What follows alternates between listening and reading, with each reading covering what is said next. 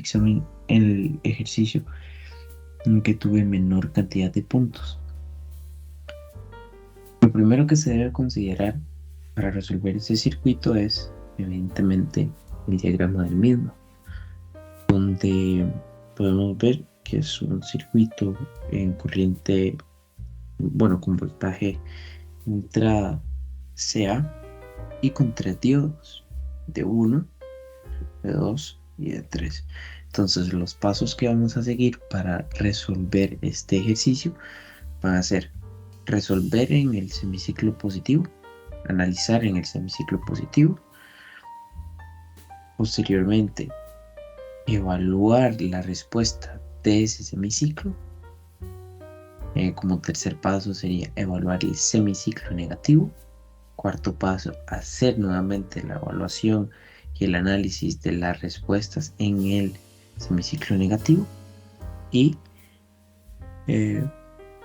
como quinto paso, bueno, podemos decir que es quinto y sexto más bien, sería construir la tabla resumen del problema y finalmente hacer las gráficas correspondientes a las ondas tanto de entrada como de salida para el caso específico de este circuito.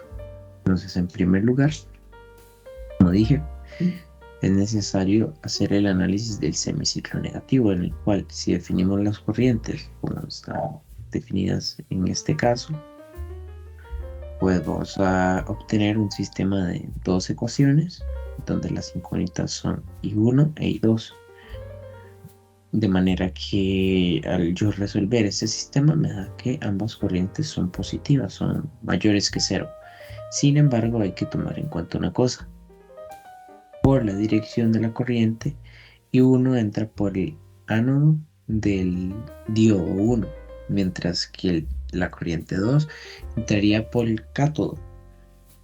De manera que tenemos que analizar si está en inversa o en directa. ¿Y cómo hacemos eso? Bueno, pues planteando una pequeña ecuación que nos dice que la corriente en la malla 1 menos la corriente en la malla 2 es igual a la corriente del diodo 1. Y como la corriente de la malla 2 es mayor que la corriente de la malla 1, se obtiene que el diodo está polarizado en inversa. Se obtiene una corriente negativa, lo que significa que efectivamente está polarizado en inversa. Entonces, ¿qué se concluye de este análisis? Primordialmente que en el semiciclo positivo solo el diodo 2 y el Zener están polarizados en directa. Y además, el Zener funciona como una fuente de voltaje CD. De tal modo que si yo observo el circuito, es como si esta parte o esta rama no existiera. Entonces, la corriente que pasa por esta malla grande va a depender tanto de una fuente de CA como una fuente de CD, que es el diodo en este caso. Y un circuito que tiene una fuente de CA y una fuente de CD en serie se conoce como un recortador de nivel. Entonces, en el semiciclo positivo se tendría un recortador de nivel. En el semiciclo negativo, como el tercer paso, se tiene que analizar el semiciclo negativo. Con solo definir las corrientes, se sabe que la corriente sube de esta manera. Entonces, se puede hacer de varias formas. Se puede hacer tanto intuitivamente como matemáticamente. Yo lo hice de las dos técnicamente. La corriente va en este sentido y va en este sentido. Entonces, toca el ánodo del diodo 1 y toca el cátodo del diodo 2. Entonces, el diodo 1 está en inversa y el diodo 1 está en directa y el diodo 2 está en inversa. Y aquí es donde se detalla eso. La corriente 1 entra por el cátodo del diodo 2, lo que significa que está en inversa. Y como la polaridad del Zener generalmente es con el positivo aquí y el negativo acá, yo no digo que son 3 voltios o menos 3 voltios, aunque sí también lo podría decir, pero para este caso lo podemos tomar como 0,7 si tomamos el Zener como un diodo normal. Entonces, se puede hacer de ambas formas y de ambas formas cerraría la malla. Y bueno, cuando yo redibujo el circuito me voy a dar cuenta que la malla sería muy simple, sería solamente esto. Y para yo encontrar la corriente que pasa por esa malla, simplemente tengo que aplicar ley de Ohm, como se muestra en la pantalla, donde da en la corriente del diodo, que es la corriente 1, a 355,5 microamperios.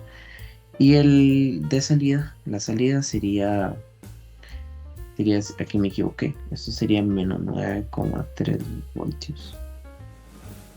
Perdón, Vout sí son 10 voltios, pero el voltaje en el diodo sería la diferencia potencial de esto que está aquí y esto que está aquí. Pero sabemos que esto vale 0 voltios porque es un cable, no habría corriente. Y esto vale 10 voltios menos 0,7. Entonces sería, bueno, tomando en cuenta que aquí está el negativo y aquí está el positivo, ¿verdad? Entonces sería menos 10 más 0,7, que sería menos 9,3. Ese sería el voltaje en ese diodo.